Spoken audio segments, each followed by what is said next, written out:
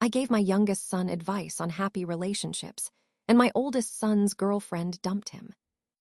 I have received several requests for an update, but life and its troubles kept occurring each new day since my original post.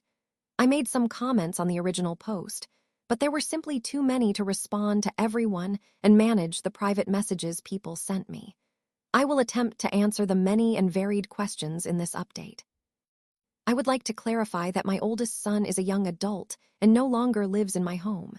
He came over long enough to drop off my youngest son's gift, eat some cake, and then left with his girlfriend. My daughter and youngest son are still teenagers. My daughter and my oldest son's girlfriend met through my son, but they remain friends even after the breakup. With that said, let's move on to the update. After my oldest son and his girlfriend broke up, and he yelled at me about it, many things were said, some revelations came to light, and some secrets were shared. I gave my son a couple of days to cool off before I spoke with him. My wife attempted to call him a few times, but he would not answer his phone, so I went over to his apartment. His roommate convinced him to let me in to talk, and talk we did. We also did a bit of shouting, some yelling, and we hugged once as well.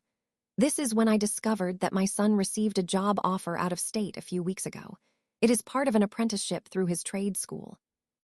He is considering it, and this was one of the reasons for the recent tension between him and his girlfriend. She wanted him to stay here, where her family is, and he wanted her to go with him if he accepted the apprenticeship. It offers nearly twice the hourly rate he makes at his current job, and the apprenticeship will cover some of his class time, although the cost of living is higher there as well. Some people pointed out that my son exhibits some misogynistic tendencies. I initially thought that might be somewhat true, and I learned that part of it comes from some examples he has witnessed in my home. I talked to him about this and found out that he perceives aspects of my marriage in a way that was never intended. One thing that my son pointed out to me was something my wife and I refer to as my magic coffee cup. You see, when my wife is home, I am not permitted to make my own coffee. My wife has always made my coffee since we first began dating. This is not something I have ever demanded. It is simply how things have always been. It became a joke between my wife and me when we were dating that my coffee cup must be magic because I have never had to fill it myself. Now, after many years of marriage, it is something I do not even think about. My wife will pick up my empty cup and say some silly magic words like hocus pocus or bibbidi bobbidi boo while waving her hands over it, and then she takes it to the kitchen and prepares me a fresh cup.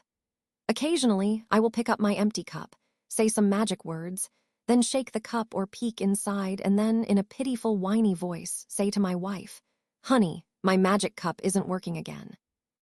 The few times I have attempted to make my own coffee when she is home, she gets up, gives me a gentle push out of the way, and makes it for me. I learned my lesson long ago, but my kids never witnessed that develop when it first began. This is not the misogynistic act that my oldest son believes it to be. I do not think it is my wife's responsibility to serve me by making my coffee. She does it because she enjoys doing it, not because she has to. If she informed me today that I had to make my coffee from now on, I would not say a word. I would kiss my wife and go make my coffee. This has become part of another ongoing joke that we have going on. The joke is that we each do not allow the other to perform specific tasks around the house, so that the other forgets how to do them so we can never leave each other. Officially, I do all the laundry, and she does all the dishes. In reality, she occasionally washes a load, and I do the dishes now and then, but we never admit to doing so. I learned to cook her favorite foods, so she forgot how to make them, and she does the same for mine. For instance, she cannot make eggs over easy anymore, and I have forgotten how to make a good slop, which is sausage and egg noodles in cream of mushroom soup, topped with fried onions. It is terrible for you, but absolutely delicious. This, along with other little quirks, is part of our love language, and it has taken many years to develop. My son mistook the nuanced, unspoken, or jokingly discussed parts of our marriage for some sort of traditional male-female marriage role nonsense. He was witnessing the end result of years of small compromises, arguments, agreements, and other factors that led to the way our marriage functions today. While I was having that conversation with my oldest son, My wife and daughter were speaking with his ex-girlfriend.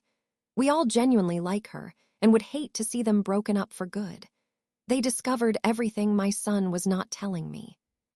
From what they learned, my oldest son has been listening to certain podcasters and TikTok influencers who are quite misogynistic. My son's desire for her to move out of state with him, while she was reluctant, is just the beginning of their real problems.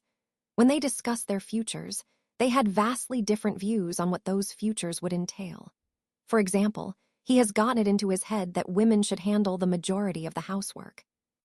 To be fair, doing the dishes may seem like it demands more effort than doing the laundry, as most of the time is spent waiting for a dryer cycle to finish.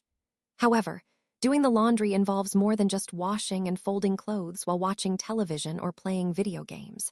It includes changing the linens, swapping out the towels and robes in the bathrooms, and cleaning the curtains around the home. None of my children has ever had to put fresh sheets on their beds because I do it for them. My wife has made our bed maybe once in the last 6 years. Laundry, like dishes, are ongoing battles that you face endlessly. In a good marriage, you and your partner fight those battles side by side, no matter how you divide the workload. In any case, I dislike seeing them remain broken up, but my son needs to mature a bit before there is any hope of that happening. I suggested therapy, although I doubt my son will consider it. He is at that stage in life where he believes he knows everything. He has yet to gain the wisdom to realize that no matter how perfect we think we are, we all make mistakes, and sometimes our thinking can be very, very wrong. Patrick, I love you, but you need to get your head out of your backside. In summary, my oldest son and his girlfriend appear to be going their separate ways for the time being.